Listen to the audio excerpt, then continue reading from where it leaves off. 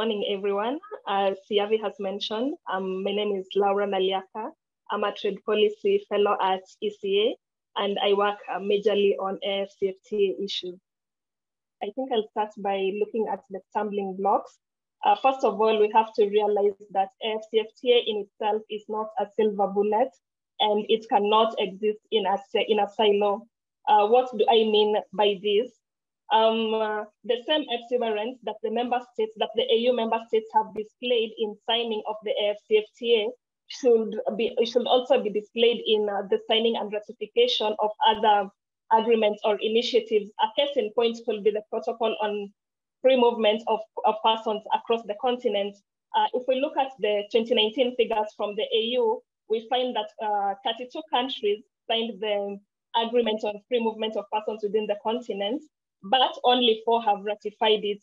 And why am I bringing this up? It's because tourism tends to be correlated to trade.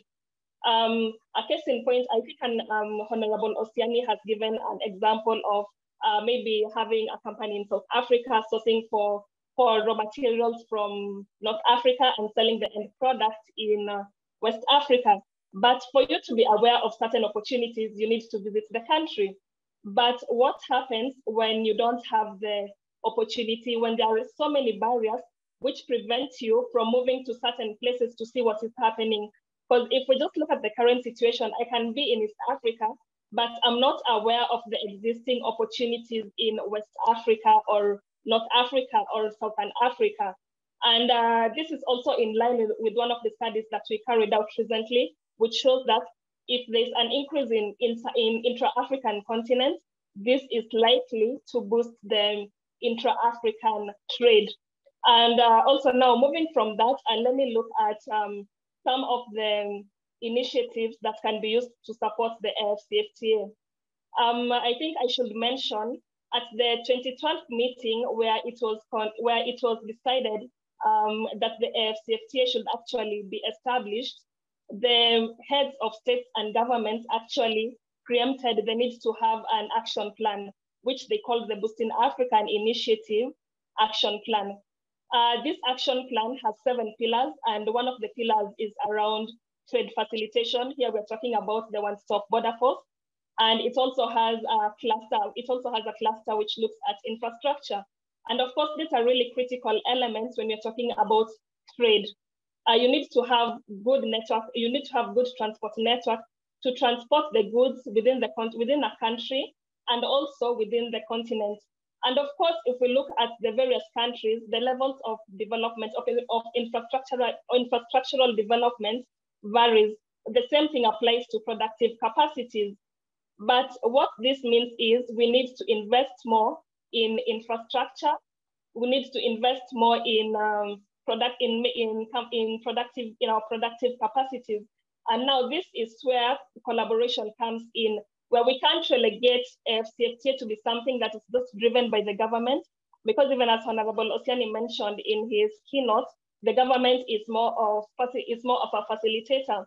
So in this particular case, we need to have the private sector coming together, working with various development partners to put in place some of the things that are needed to ensure that AfCFTA can actually be implemented effectively. And I think an example we can give here is trademark and what it's doing with regards developing of one-stop border posts across the region. Other than that, we can also look when it comes to productive capacities, we are looking at increased investments in our continent. And at least the good thing is under phase 2, one of the protocols that are to be negotiated under phase 2 of this agreement is the protocol on investments. And why are investments important? When we have investments, this is an easier pathway for the small, medium companies to supply goods or raw materials to some of the companies, and this will be a pathway for them to ultimately join the value chains.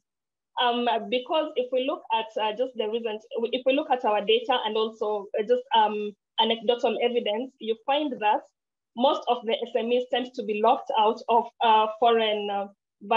global value chains, and this is because, this is because they tend to be relegated to standard takers, but not the makers of the standards. And we can look at the example of tax. I think it's tax escalation, where this implies that the raw materials are subjected to less tax compared to the processed goods. And this means that the African countries, now what they end up exporting more of is raw materials rather than processed goods, which is, of course, the opposite scenario happens when we look at the continent. But when we have companies within the continent where the local farms, where the SMEs can join and have that as a pathway to later on joining the global value chain, this can be an important starting point. I think I'll stop here for now. Allow me to very briefly respond to a point that was made by Louis on the revenue shortfall. From the analysis that we have been doing in the recent past, it is clear that when it comes to the revenue loss, it is not heterogeneous. It is heterogeneous across the various countries. But one thing that is clear is, for most of the countries, the loss of tariff revenue is actually just a drop in the ocean. And this is because most of the African countries currently trade within their regional blocks. So this means it means that for now, they're not really, okay, allow me to retrace my thoughts. So this just means that ultimately, when they start trading, when they'll be trading under the AfCFTA auspices, they won't lose a lot of revenue compared to what they're getting now, just by virtue of where the trade takes place. And for the few countries which will experience a lot of revenue loss, there are mechanisms that are being put in place to support them. And I think the last point still under the revenue shortfall is we also have to understand that in as much as there might be some losses from the tariff revenue side, but there's also much that can be gained, especially from the excise duty side and VAT, especially considering that most of the countries will now be moving towards will move towards manufacturing goods compared to just exporting the raw materials. And now allow me to now move to the questions you have asked. When it comes to operationalization, trade under the AfCFTA actually was supposed to start on 1st January 2021. But 4 days after that, now that is on 5th January 2021, 2 Ghanaian companies actually became the pioneers of exporting under the AfCFTA. There's a company which exported products to Guinea, and there's another country which still a company in Ghana, which exported products to Guinea. But allow me to also just answer the question more broadly and say that I think all the countries are the state parties which have ratified and deposited their instruments are eligible to trade under the AfCFTA. But what needs to be done and what the business people need to be asking for, first of all, they need to be aware of the goods which are covered under the 90% tariff liberalization, because as we are aware, this is not going to be a full liberalization.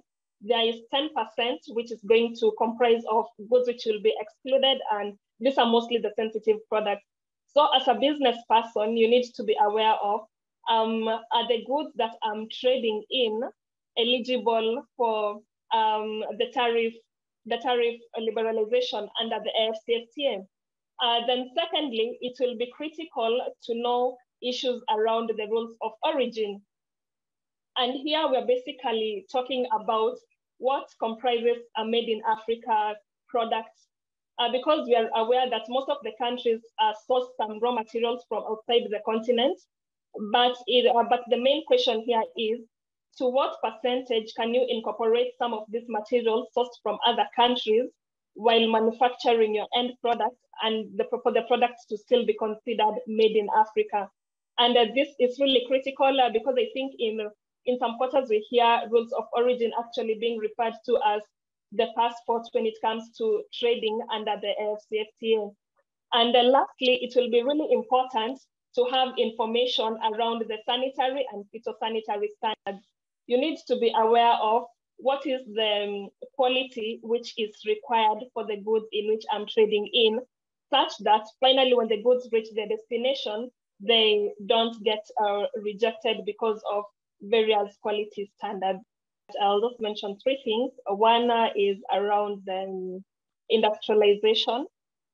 We know most of the trade that happens within Africa is of manufactured goods compared to extra-African trade, which tends to be export of commodities and processed commodities. So this basically means there's an opportunity that African businesses can take up, trade within the continent more, and take advantage of just trading in manufactured goods. And this will actually be really key in supporting industrialization and subsequently structural transformation, which will be key in ensuring that the populace has a decent standard of living, but other than that, I think we are all aware that trade is not gender neutral. In most cases, women tend to be left behind when it comes to the implementation of trade agreements and trade policies. So in this regard, it is key for not just the business associations working together with think tanks. Case in point is currently UNECA is involved in a lot of training activities on opportunities that businesses, especially women, can harness under the AfCFTA. And this is something that needs to be done and taken up by more organizations. And also at the policy level, just ensuring that the policies cater for the women, ensuring that ensuring that as the policies are being made, the women are not left behind, or rather they are not unfair to the women. And lastly, I think I'll talk about the green transition. Of course, now we are, I think, moving towards the end of COP26. And even I think also now, as you're thinking about our recovery strategies from COVID-19, we're talking about building back better and greener.